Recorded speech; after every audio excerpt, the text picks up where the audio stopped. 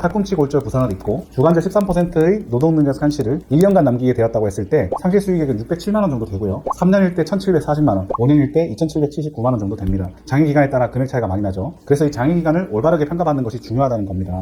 안녕하세요. 사건사고TV 김지윤입니다. 지난 영상에서 팔꿈치 골절, 교통사고 합의금 산정하는 5가지 항목에 대해 알아보았는데요. 이번 영상은 제가 중요하다고 강조드렸던 6번째 상실 수익액 항목에 대해 설명드릴 겁니다. 사실 앞에 설명드린 5가지 항목들은 잘 모르셔도 큰 문제가 되지는 않는데요. 위자료 휴업손해, 간병비 이런 항목들은 입원 기간이 며칠, 통원기간 며칠, 상해급수 몇 급 이런 것들이 어느 정도 정해져 있기 때문에 보험회사와는 다툴 일이 크게 없습니다. 달라질 게 없으니까요. 하지만 이 상실 수익액 항목은 다릅니다. 무조건 제대로 알고 가셔야 합니다. 합의금에서 제일 중요한 부분이기 때문인데요. 그 이유는 이 상실 수익액이 팔꿈치 골절 교통사고 합의금에서 가장 큰 금액을 차지하기 때문입니다. 노동능력 상실률이 몇 %냐, 장기 기간은 몇 년이나 될 것이냐에 따라 수백 수천만 원이 왔다 갔다 할 수 있어요. 이 부분을 대부분의 피해자분들께서 잘 모르시다 보니까 보험회사 측의 의견에 휘둘릴 수 있다는 겁니다. 보험회사가 알아서 피해자 입장에 서서 많이 산정해 주겠습니까? 당연히 아니겠죠. 그렇다면 보험회사는 보험금을 적게 지급하기 위해 어떻게 할까요? 바로 이 상실 수익액 항목을 적게 산정하려고 한다는 겁니다. 어떻게? 장애를 아예 인정하지 않는다던가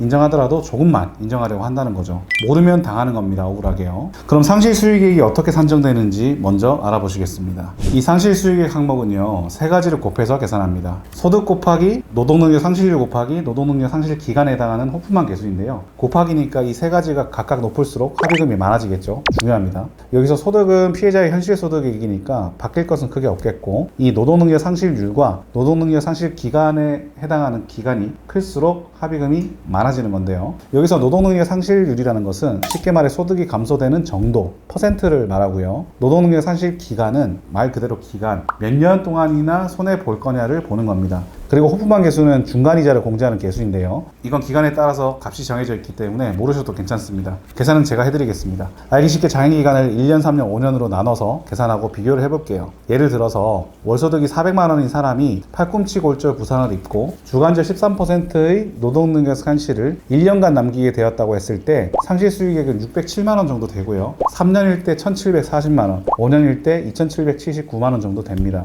장기기간에 따라 금액 차이가 많이 나죠. 그래서 이 장기기간을 올바르게 평가받는 것이 중요하다는 겁니다. 이렇게 금액 차이가 많이 나기 때문에 보험회사와 가장 분쟁이 많은 부분이 이 상실 수익액 항목이라고 볼 수 있습니다. 보험회사에서는 관절 침범 골절이 아니라느니 신경 손상이 없다느니 하는 이유로 이 상실 수익액을 인정하지 않거나 인정하더라도 조금만 인정한다고 주장한다는 경우가 대부분인데요. 이러한 의견을 반박하기 위해서는 피해자 본인께서 내 부상 정도와 현재 몸 상태에 대해서 제대로 평가를 받아서 전문적인 대응을 하셔야 하는데, 대부분 일반인 분들께서는 보험회사와는 달리 사건을 처리한 경험과 의학적 지식이 부족할 수밖에 없기 때문에 혼자서 대응하신다면 보험회사를 상대로 이기기가 어렵습니다. 제대로 된 합의금을 받기 어렵다는 얘기죠. 그렇다면 어떻게 해야 되냐고요? 내 편에서 보험사와 다투어줄 전문가의 도움을 받으시면 되는 겁니다. 전문가 상담이 필요하시면 연락주세요. 전문 손해사정사가 직접 검토해드리겠습니다. 위 전화번호나 카카오톡, 폰메일로 연락주세요. 아래 영상 설명란이나 고정 댓글 보시면 링크가 있어요. 그 링크를 누르시기만 하면 연결됩니다. 그리고 카카오톡이나 네이버에서 사건사고닷컴 검색하셔도 나오니까요.